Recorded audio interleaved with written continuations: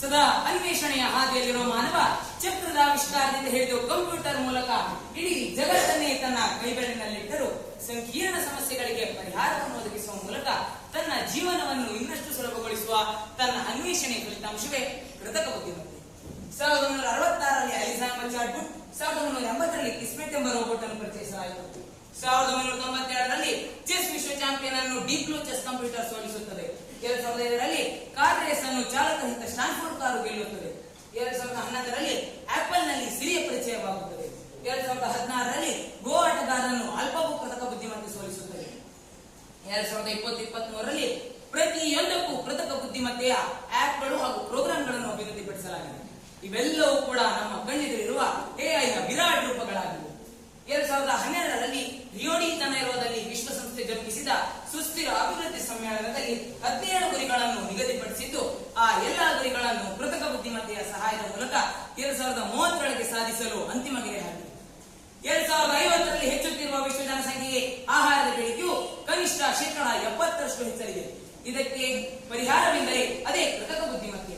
ಡ್ರೋನ್ಗಳ ಮೂಲಕ, ಉಪಗ್ರಹಗಳ ಮೂಲಕ ಡೇಟಾವನ್ನು ವಿಶ್ಲೇಷಿಸಿ ಬೆಳೆ ನಿರ್ವಹಣೆಯನ್ನು ಇನ್ನಷ್ಟು ಉತ್ತಮಗೊಳಿಸಬಹುದು. ಮಣ್ಣಿನಲ್ಲಿರುವ ಪೋಷಕಾಂಶಗಳ ನ್ಯೂನತೆಯನ್ನು ಸರಿಹೊಂದಿಸುವ ಬಗ್ಗೆ ಗೊಬ್ಬರಗಳ ಬಳಕೆ, ನೀರಾವರಿ, ಕೀಟ ನಿಯಂತ್ರಣಗಳ ಬಳಕೆಯಂತಹ ಮುಂತಾದ ಬೆಳೆಯ ಆರೋಗ್ಯದ ಮೇಲ್ವಿಚಾರಣೆಯನ್ನು ಮಾಡುತ್ತದೆ ಮತ್ತು ಅವುಗಳ ಒಳನೋಟವನ್ನು ರೈತರಿಗೆ ನೀಡುವುದರಿಂದ ರೈತರು ಹೆಚ್ಚಿನ ಫಸಲನ್ನು ಪಡೆಯಲು ಸಾಧ್ಯವಾಗಿದೆ. ಕಳೆಗಿಡಗಳನ್ನು ಪತ್ತೆ ಹಚ್ಚಿ ಅವುಗಳನ್ನು ಸುಟ್ಟು ಮಣ್ಣಿನ ರಚನೆಯನ್ನು ಸುಧಾರಿಸುತ್ತದೆ ಮತ್ತು ಜಲಮಾಲಿನ್ಯವನ್ನು ಕಡಿಮೆ ಮಾಡುತ್ತದೆ. ಎಐ ತಂತ್ರಜ್ಞಾನದ ಮೂಲಕ ಮಾಂಸ ಮತ್ತು ಹಾಲಿನ ಉತ್ಪಾದನೆಯನ್ನು ಸಹ ಹೆಚ್ಚಿಸಬಹುದಾಗಿದೆ. ಕೃತಕ ಚಿಟ್ಟೆಯ ಪರಾಗಸ್ಪರ್ಶದ ಮೂಲಕ ತರಕಾರಿಗಳ, ಹಣ್ಣುಗಳ ಉತ್ಪಾದನೆಯನ್ನು ಸಹ ಹೆಚ್ಚಿಸಬಹುದು. ನಗರಗಳಲ್ಲಿ ಎಲ್ಇಡಿ ಪದರ ಕೃಷಿಯಿಂದ ಆಹಾರದ ಉತ್ಪಾದನೆಯನ್ನು ಹೆಚ್ಚಿಸಬಹುದು. ರೋಬೋಟ್ ಚಾಲಿತ ಟ್ರ್ಯಾಕ್ಟರ್ಗಳು ಮತ್ತು ಕೊಯ್ಲು ಯಂತ್ರಗಳನ್ನು ಕೃಷಿಯಲ್ಲಿ ಬಳಸುವುದರಿಂದ ಕೃಷಿ ಹಾಗೂ ಆಹಾರೋದ್ಯಮಕ್ಕೆ ಇನ್ನಷ್ಟು ನಿಖರತೆ ಬರುತ್ತದೆ. ಉತ್ತಮವಾದ ಆಹಾರ, ಆರೋಗ್ಯ, ಆರ್ಥಿಕತೆ ಮತ್ತು ಶಿಕ್ಷಣವನ್ನು ಪಡೆಯುವುದರಿಂದ ಬಡತನವನ್ನು ಸಂಪೂರ್ಣವಾಗಿ ನಿರ್ಮೂಲನೆ ಮಾಡಬಹುದು.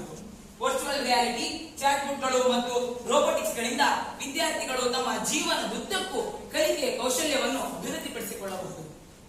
ಎಐ ಎನ್ನುವುದು ಕಲಿಕೆಯ ವ್ಯವಸ್ಥೆ ಮತ್ತು ವಿದ್ಯಾರ್ಥಿಗಳ ನಡುವೆ ಇರುವ ನೈಸರ್ಗಿಕ ಸಂವಹನ ಶಕ್ತಿಯನ್ನು ಇನ್ನಷ್ಟು ಸಕ್ರಿಯಗೊಳಿಸುತ್ತದೆ.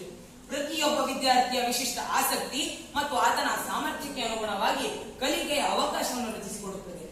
ಸ್ತನ ಕ್ಯಾನ್ಸರ್ನಂತಹ ರೋಗಗಳನ್ನು ಪತ್ತೆ ಹಚ್ಚುವುದರೊಂದಿಗೆ ಆರೋಗ್ಯವನ್ನು ಸುಧಾರಿಸಲು ಸಹ ಎಐ ನಮ್ಮ ಕೈ ಜೋಡಿಸಿದೆ. ಎಐನ ನ್ಯಾನೋ ರೋಬೋಟ್ಗಳನ್ನು ಬಳಸುವುದರಿಂದ ಪ್ರತಿ ಜೀವಕೋಶಗಳಿಗೆ ನಿರ್ದಿಷ್ಟ ಔಷಧವನ್ನು ನೀಡುತ್ತದೆ. ಇದರಿಂದ ಔಷಧಗಳ ಪ್ರಮಾಣವು ಸಹ ಕಡಿಮೆಯಾಗುತ್ತದೆ.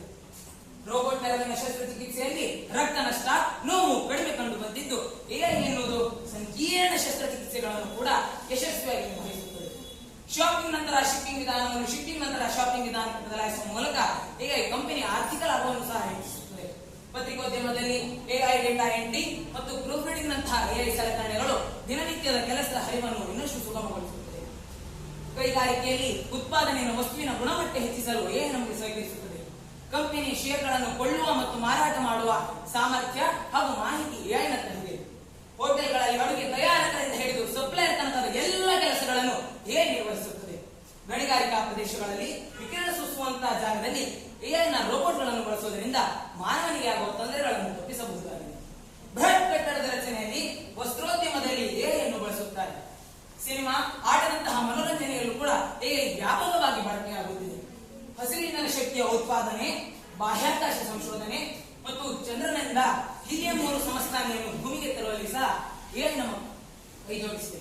ಸ್ವಯಂಚಾಲಿತ ಕಾರುಗಳಿಂದ ರಸ್ತೆ ಸಂಚಾರ ದಟ್ಟಣೆಯನ್ನು ಕಡಿಮೆಗೊಳಿಸಬಹುದು. ರೈಲುಗಳಲ್ಲಿ ಸಿಸಿಟಿವಿ ಕ್ಯಾಮೆರಾಗಳ ಅಳವಡಿಕೆಯಿಂದ ರೈಲುಗಳ ಸುರಕ್ಷತೆಯನ್ನು ಸಹ ಹೆಚ್ಚಿಸಬಹುದು. ಎಲೆಕ್ಟ್ರಿಕ್ ಏರ್ ಟ್ಯಾಕ್ಸಿಯಿಂದ ಪರಿಸರ ಮಾಲಿನ್ಯ ಕಡಿಮೆ ಆಗುತ್ತದೆ, ರಸ್ತೆ ಸಂಚಾರ ದಟ್ಟಣೆಯು ಕಡಿಮೆ ಆಗುತ್ತದೆ. ಹೀಗೆ ಹಡಗಿನ ಸಂಚಾರದಲ್ಲಿಯೂ ಕೂಡ ಡೇಟಾವನ್ನು ವಿಶ್ಲೇಷಿಸಿ ಎಐ ಎನ್ನುವುದು ಸಂಚಾರ ದಕ್ಷತೆ ಮತ್ತು ಸುರಕ್ಷತೆಯನ್ನು ಹೆಚ್ಚಿಸುತ್ತದೆ. ಸ್ಮಾರ್ಟ್ ಸಿಟಿಯ ನಿರ್ಮಾಣದಲ್ಲಿ ಎಐ ಎನ್ನುವುದು ಪ್ರಮುಖವಾದ ಪಾತ್ರವನ್ನು ವಹಿಸುತ್ತಿದೆ. ನೀರಿನ ವಿತರಣಾ ಜಾಲಗಳಲ್ಲಿ ಸೋರಿಕೆಗಳು ಕಂಡು ಬಂದರೆ ಅವುಗಳನ್ನು ತಕ್ಷಣ ಪತ್ತೆ ಹಚ್ಚಿ ನೀರಿನ ನಷ್ಟವನ್ನು ಕಡಿಮೆ ಮಾಡುತ್ತದೆ. ಸಂವೇದಕಗಳ ಮೂಲಕ ಪಿಎಚ್, ತಾಪಮಾನ, ಮಾಲಿನ್ಯ ಮಟ್ಟದಂತಹ ನೀರಿನ ಮಟ್ಟದ ನಿಯತಾಂಕಗಳನ್ನು ನಿರಂತರವಾಗಿ ವಿಶ್ಲೇಷಿಸುತ್ತದೆ. ಪ್ರವಾಹಗಳನ್ನು ಬರುವುದನ್ನು ಮುಂಚಿತವಾಗಿ ತಿಳಿಸುತ್ತದೆ. ಪ್ರವಾಹದ ಅಪಾಯವನ್ನು ಊಹಿಸಲು ನದಿಯ ಮಟ್ಟ ಮತ್ತು ಮಳೆಯ ಡೇಟಾವನ್ನು ವಿಶ್ಲೇಷಿಸುತ್ತದೆ. ಡ್ರ್ಯಾಗನ್ ಫ್ಲೈ ಡ್ರೋನ್ ಮೂಲಕ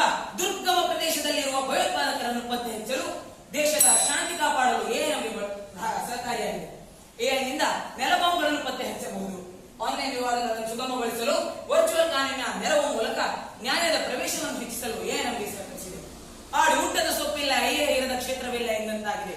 ಬೆಳಕಿನ ಹಿಂದೆ ಕತ್ತಲಿರುವಂತೆ ಒಳ್ಳೆಯ ಅಂಶಗಳ ಹಿಂದೆ ಕೆಟ್ಟ ಅಂಶಗಳು ಇದ್ದೇ ಇರುತ್ತದೆ.